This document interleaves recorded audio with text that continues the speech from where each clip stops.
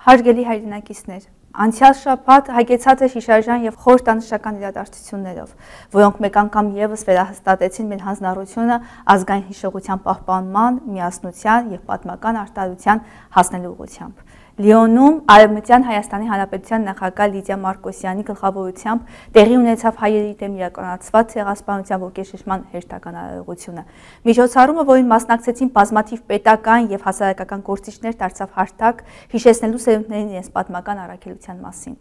Ներկաները վեր բարձրացրեցին ազգային ինքնության պահպանման կարևորությունը, դուրս մնալով կուսակցության պատկանելիության սահմաններից։ Ապրիլի 24-ին Արևմտյան Հայաստանի Հանրապետության պատվիրակությունը ազգային ժողովի նախագահ Նելի Հարությունյանի գլխավորությամբ կատարեց հարգանքի այդ ձեռնարկաբերդ, հարգանքի տուրք մատուցելով ցեղասպանության անմեղ զոհերի հիշատակին։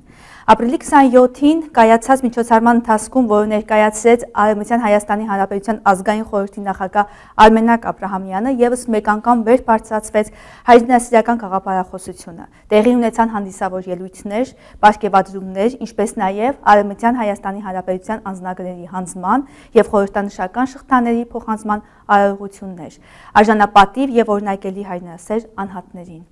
Մենք կշարունակենք մեր աշխատանքը նույն նվիրումով առաջնորդվելով արժանապատվության, միասնության եւ հայրենասիրության գաղափարներով։ Շնորհակալություն։